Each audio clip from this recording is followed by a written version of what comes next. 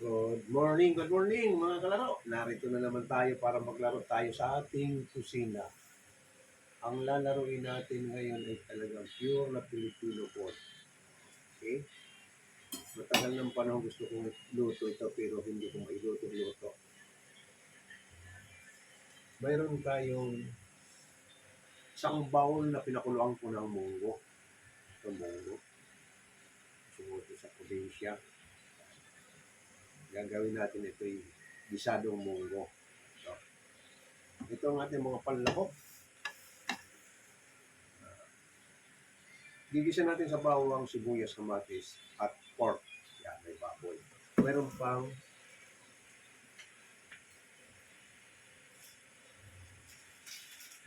lagyan natin din ng chicharon. Kaya ang ating munggo. Ngayon, ang mga gulay ng ating munggo, mayroon tayong laging hindi nawawala ito. Dahon ng ampalaya. Yan. Dahon ng ampalaya sa ating munggo. Basta may munggo tayo, may dahon ng ampalaya. Ito, may additional tayong talbos kamuti. Yung malunggay, baka may dumating. May bumili ng malunggay. Tatlong klase ang ating gulay. Bale, sa huli lang naman nilalagay yun. Kaya, papinapangli ko lang.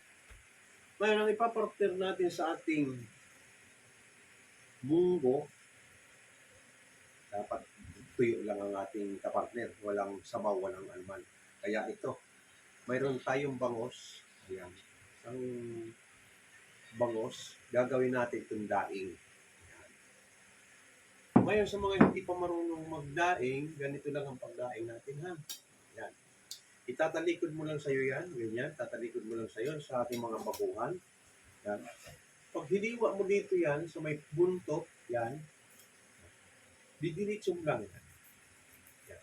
Didiritso mo lang dito sa may ulo. Yan. Didiritso mo lang sa may ulo. Ang kutsilyo mo, medyo itab mo ng konti para makuha yung pinakasagad ng kanyang buto. Yan. Yan. Yan.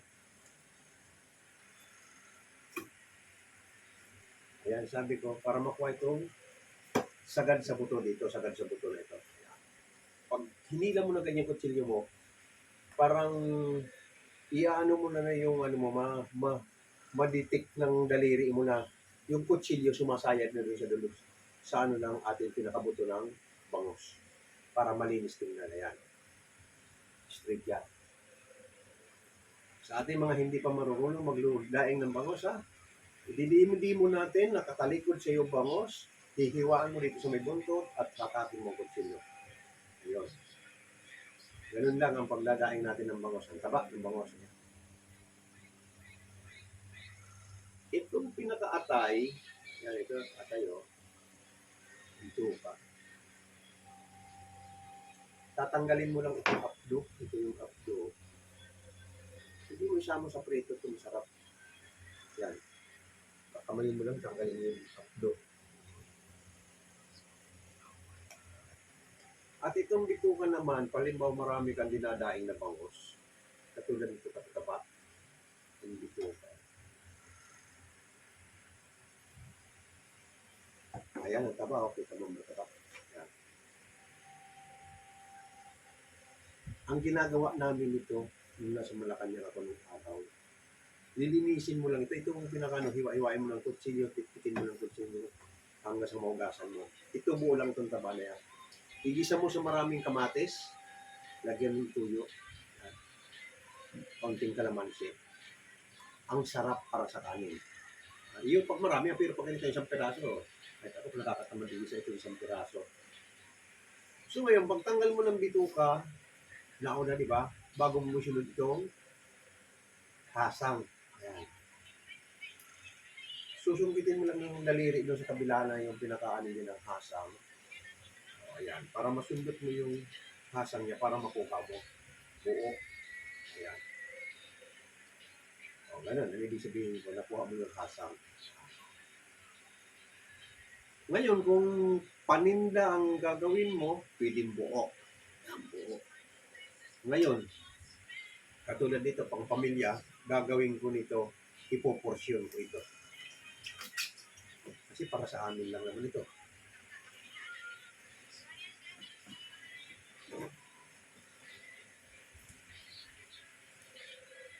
Kaya, ang gagawin ko nito, hahatiin ko na lang para pag pinirito mo, hindi ka na, ayan.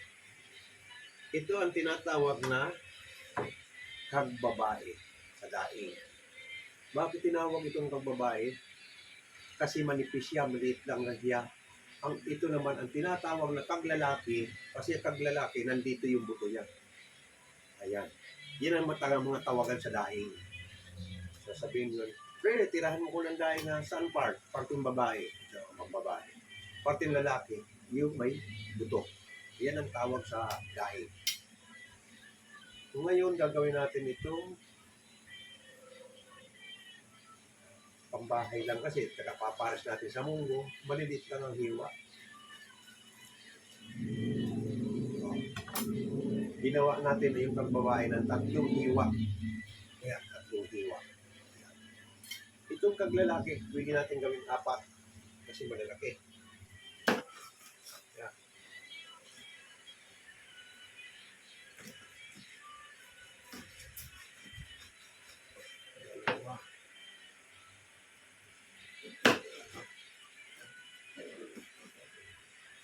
Ayan.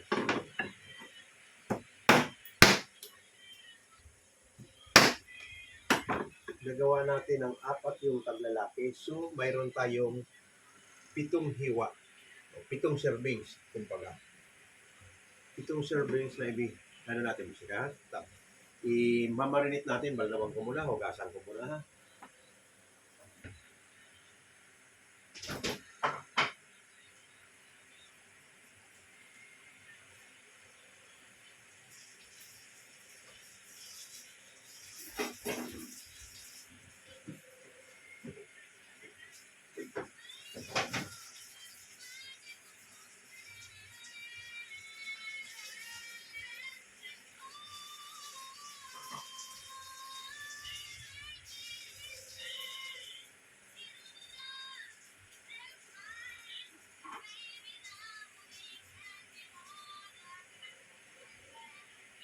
Ito.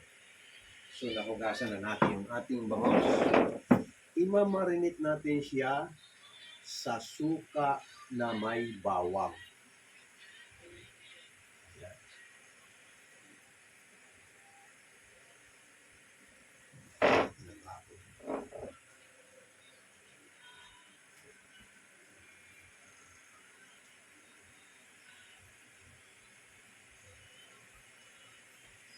Ayun. Unang ilagay natin ay asin.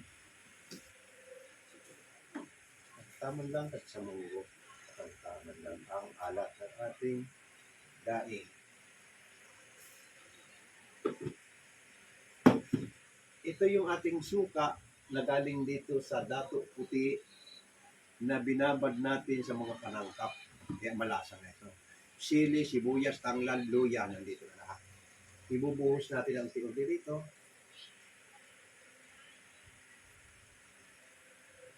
Ayan. Budbura natin ang pamintang durog.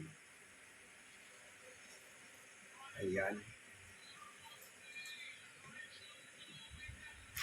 At lalagyan natin ang bawang na durog.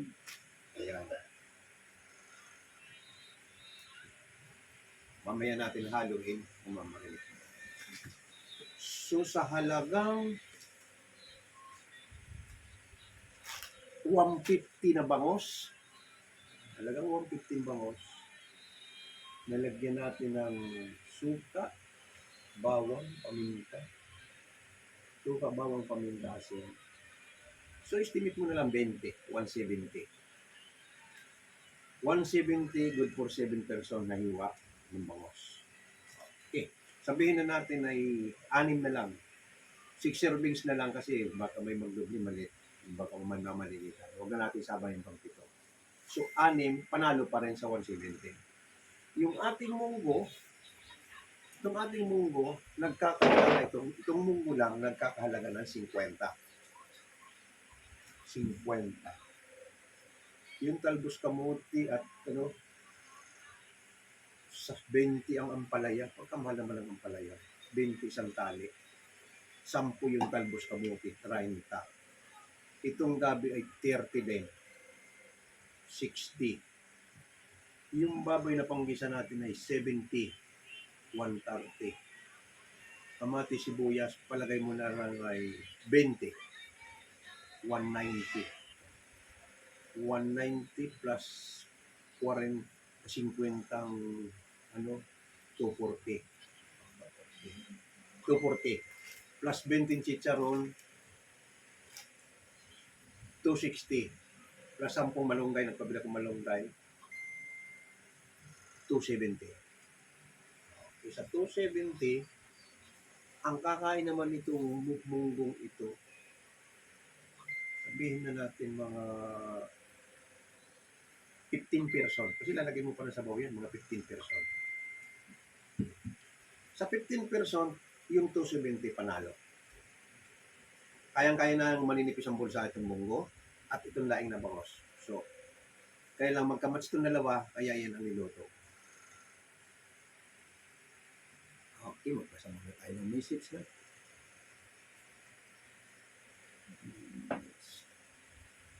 Good morning mga ka-TikTok.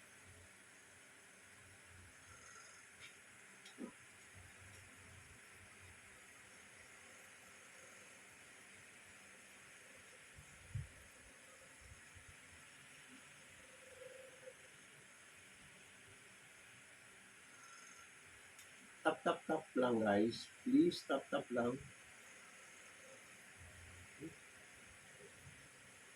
Tap lang. Okay.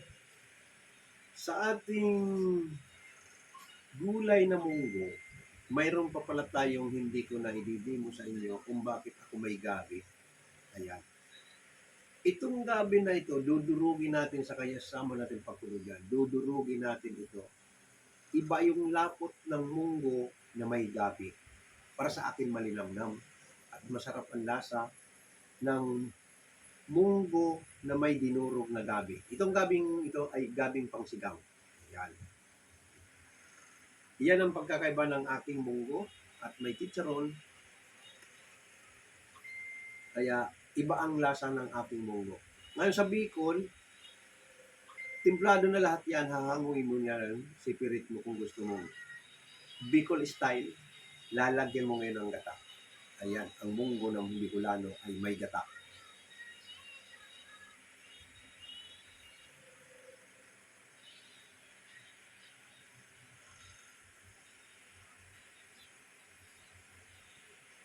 Please lang, tap lang please. Baka alas 10 pa lang, maya pa tayo magluto. Please na ipaliwanag ko na sa inyo sa mga bagong gising ulit, iulit natin mamaya-mayang kaunti. Walang ako ng kamay.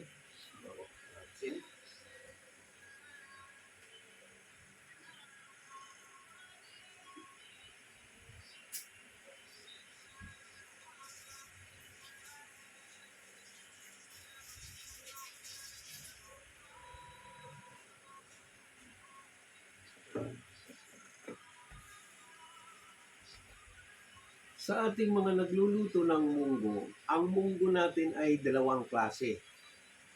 May munggong tinatawag munggong labo at munggong malinaw. Yan. Ang mas malapot yung munggong labo kaysa munggong malinaw. Yun ang mas malapot pag bumili ka.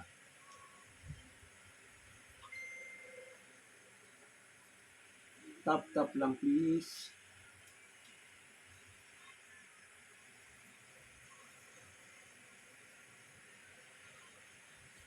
Ngayon sa ating daing, ito napakadali lang itong i-marinate. 15 minutes. Ayan, binaliktad na natin para pumasok na sa suka. Ayan, pag namuti-muti na yan, ibig sabihin pinasok na sila sa suka. Ito, binabaliktad natin yung ating ginawang daing.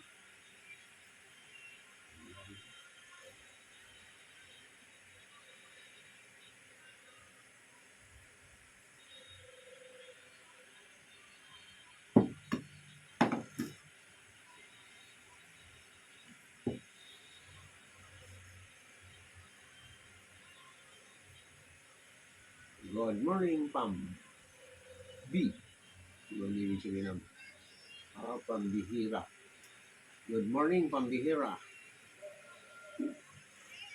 Pakita ka na bakit ka nakamaskara. Ay, tumatawa ka, pero di naman nakikita mukha mo, katawa-tawa ka pa. Nahiya po ako, Mang Leo. Nahiya ka, magandang hitsura mo, nahihiya ka pa. Pakita ka na. Naaway kasi nila ako. Ha? Makikita mo yung ating iluluto. Magluluto tayo ng munggo.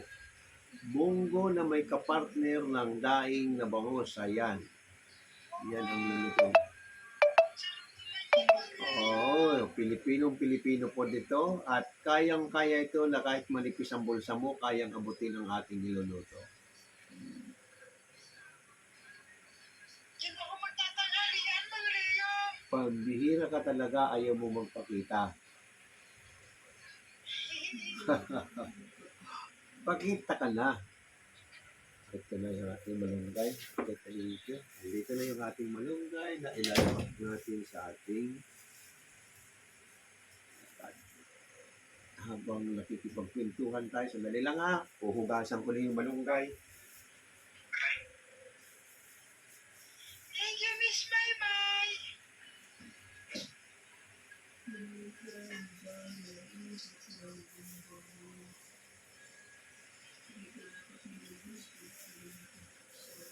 Sana, baby na lang ako.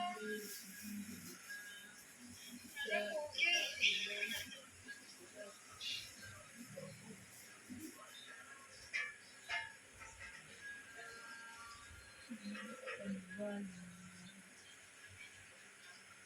Hindi ka magla-live. Miss Bye-Bye. Wala ka pang benta. Pambihira ka talaga hanggang ngayon ayaw mo pa rin magpakita. Please lang, tap-tap lang tayo. Nahiya po ako, Mang Leo. Huwag ka nang maiya. Ang ganda nga ng mascara mo. Di mas maganda ka pa sa personal. Oo.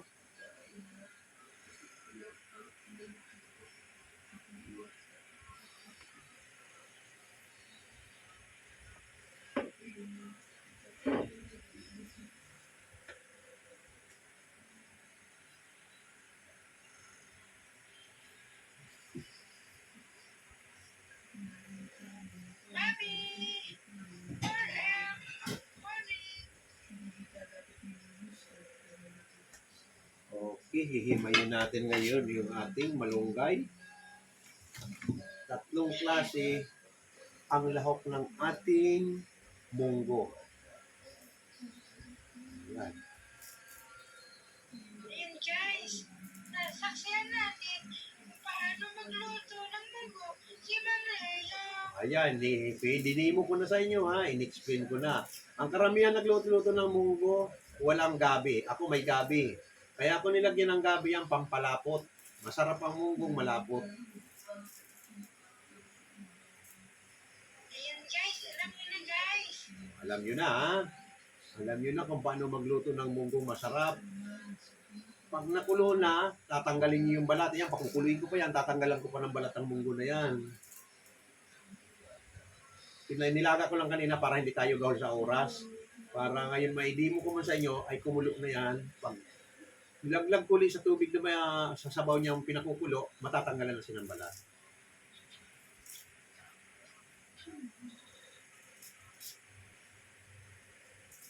Pwede po mag-apply tagatanggal ng balat.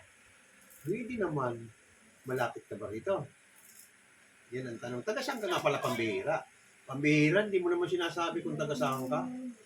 Ako taga Las Piñas. Batangas po. Ay, Batangas. Malapit na kami pupunta dyan sa Batangas.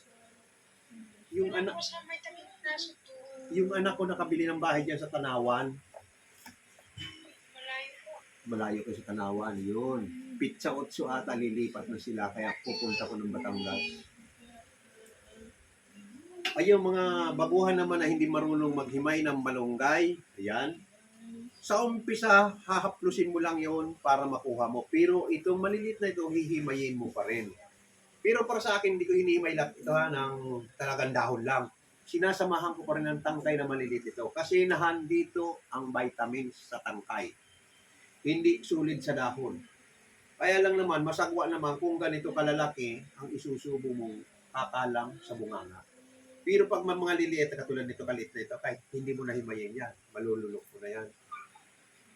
Ayan.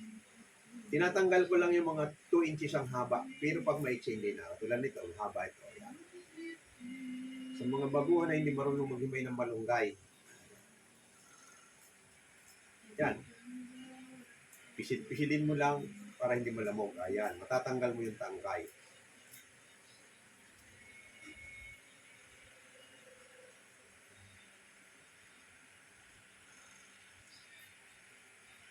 Pangit na ng buhay. Ayun na. Pumangit na ngayon maskara mo. Kanina ang ganda mo. Bakit ganyan ang maskara mo ngayon? Ang pangit. Para kang alien. Sang kang planeta galing yung maskara mo na yan? Oh. Ayun, galing ka ata ng Mars. Ayan, papalit-palit yung ano mo, ha?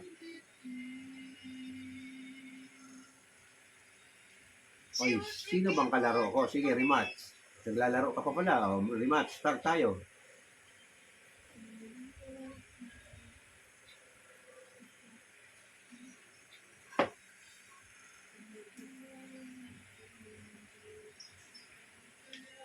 Okay.